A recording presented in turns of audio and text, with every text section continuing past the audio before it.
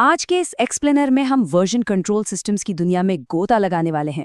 Git और perforce जैसे industry के दिग्गजों की कार्यप्रणाली को समझने के साथ साथ हम सॉफ्टवेयर डेवलपमेंट के पीछे काम करने वाली दिलचस्प फिलॉसफीज को भी करीब से देखेंगे।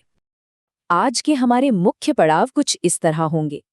पहले वर्जन कंट्रोल के बेसिक्स, फिर सेंट्रलाइज्ड वर्सेस डिस्ट्रीब्यूटेड मॉडल्स, उसके बाद गिट और परफोर्स का सीधा मुकाबला, होस्टिंग प्लेटफॉर्म्स पर एक नज़र और अंत में एक बहुत ही थॉट प्रोवोकिंग कॉन्सेप्ट, कैथीड्रल और बाजार। तो चलिए बिना किसी देरी के शुरू करते हैं हमारे पहले टॉपिक से, वर्जन कंट्रोल के मूल सिद्धांत। आखिर ये बड़े कोलैबोरेशंस की नींव कैसे बनते हैं? आसान शब्दों में कहें तो वर्जन कंट्रोल सिस्टम यानी VCS एक टाइम मशीन की तरह काम करता है, जो फाइलों में हुए हर एक बदलाव को रिकॉर्ड करता है। कोडिंग करते वक्त कोई बड़ी गलती हो गई, कोई बात नहीं, इस सिस्टम की मदद से आसानी से पुरानी स्थिति में वापस जाया जा सकता है, बदलावों को कंपेयर किया जा सकता है और खोया हुआ काम मिनटों में रिकवर हो सकता है, बिल्कुल एक सेफ्टी नेट की तरह। अब इस दुनिया में गहराई से कदम रखने से पहले कुछ भारी भरकम शब्दों को डिकोड कर लेते हैं। रिपॉजिटरी वो मेन तिजोरी है जहां सारा कोड सेफ रहता है। ट्रंक डेवलपमेंट की मुख्य लाइन है, जैसे किसी पेड़ का तना। ब्रांच वो जगह है जहां मेन लाइन को छेड़े बिना कुछ नया आजमाया जाता है। और कमिट का मतलब है अपने काम पर ठप्पा लगाना, यानी उसे सर्वर पर परमानेंटली सेव करना। बड़ी टीमों को एक दूसरे का काम डिलीट करने से बचाने के लिए ये टर्म्स लिटरली गेम चेंजर हैं। आगे बढ़ते हैं दूसरे सेक्शन की तरफ, सेंट्रलाइज्ड बनाम डिस्ट्रीब्यूटेड मॉडल। यहाँ हम इनके आर्किटेक्चर को थोड़ा विजुअलाइज करेंगे। सबसे बेसिक लेवल पर आता है लोकल वर्जन कंट्रोल सिस्टम। ये सिर्फ एक ही कंप्यूटर के अंदर फाइलों को ट्रैक करता है। सुनने में काफी सिंपल लगता है, राइट? लेकिन जरा सोचिए, अगर वो हार्ड ड्राइव क्रैश हो गई तो सारा का सारा डेटा पलक झपकते ही गायब। ऑब्वियसली ये रिस्क तो कोई नहीं लेना चाहेगा। इसी वजह से कोलैबोरेशन को नेक्स्ट लेवल पे ले जाने के लिए सेंट्रलाइज्ड सिस्टम्स बनाए गए। इसमें एक सिंगल पावरफुल सर्वर होता है जहां सारी फाइलें स्टोर होती हैं और पूरी टीम इसी मेन हब से अपनी ज़रूरत की फाइलें निकालती है। टीम वर्क के लिए ये शानदार है, लेकिन अगर किसी वजह से ये मेन सर्वर ही डाउन हो जाए तो सबका काम पूरी तरह से ठप हो जाता है, बिल्कुल एक ट्रैफिक जैम की तरह। और यही एंट्री होती है डिस्ट्रीब्यूटेड सिस्टम्स की। इन्होंने इस सिंगल पॉइंट ऑफ फेलियर वाली प्रॉब्लम को जड़ से खत्म कर दिया। यहाँ हर एक क्लाइंट के पास पूरी रिपॉजिटरी और उसकी पूरी हिस्ट्री का एक एग्जैक्ट क्लोन उसके लोकल सिस्टम पर होता है। मतलब अगर मेन सर्वर डाउन भी हो जाए तो भी काम नहीं रुकता। ये सच में एक बेहद सिक्योर और पावरफुल आर्किटेक्चर है। अब आता है सबसे दिलचस्प हिस्सा, सेक्शन 3, गिट बनाम परफोर्स P4। चलिए देखते हैं इन दोनों दिग्गजों का एक सीधा हेड टू हेड मुकाबला। एक तरफ है गिट जो डिस्ट्रीब्यूटेड है और दूसरी तरफ है परफोर्स जो सेंट्रलाइज्ड मॉडल पर काम करता है। सबसे बड़ा क्लैश यहाँ बड़ी फाइलों को लेकर होता है। गिट अक्सर 100 मेगाबाइट से बड़ी फाइलों पर हाथ खड़े कर देता है, लेकिन परफोर्स P4 ये तो एंटरप्राइज लेवल का चैंपियन है।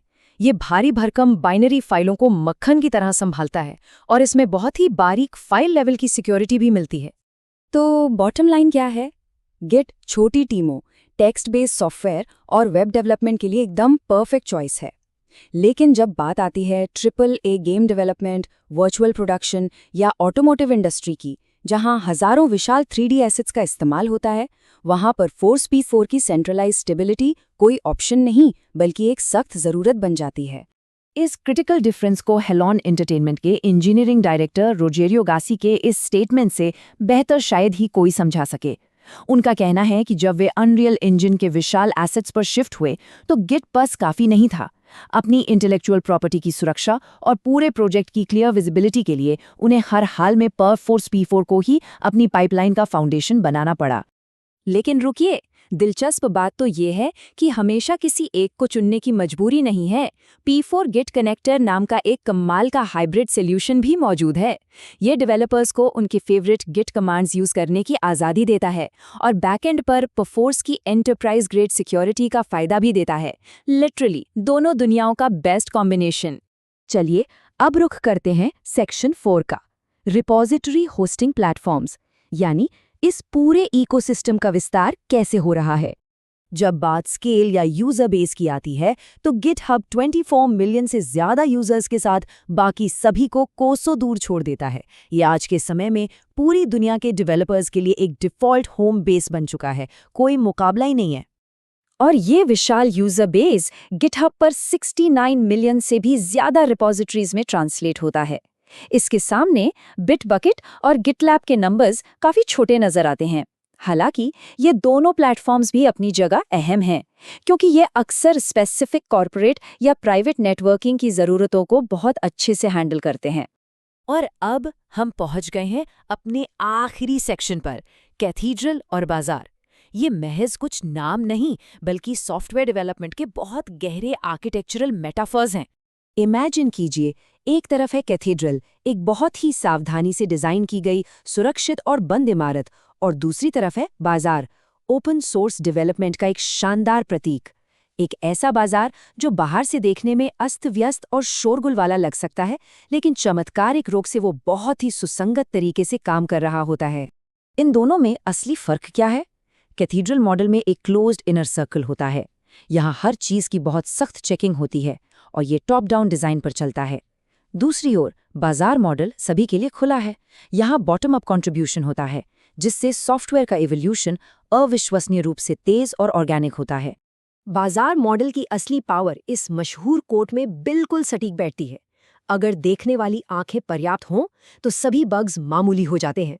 इसका सीधा सा मतलब है कि जब दुनिया भर की एक विशाल कम्युनिटी मिलकर कोड को रिव्यू करती है, तो बड़ी से बड़ी सॉफ्टवेयर प्रॉब्लम को भी बहुत तेजी से खोजा और फिक्स किया जा सकता है। इस एक्सप्लेनर को खत्म करने से पहले एक बहुत ही जरूरी सवाल पर विचार करना बनता है।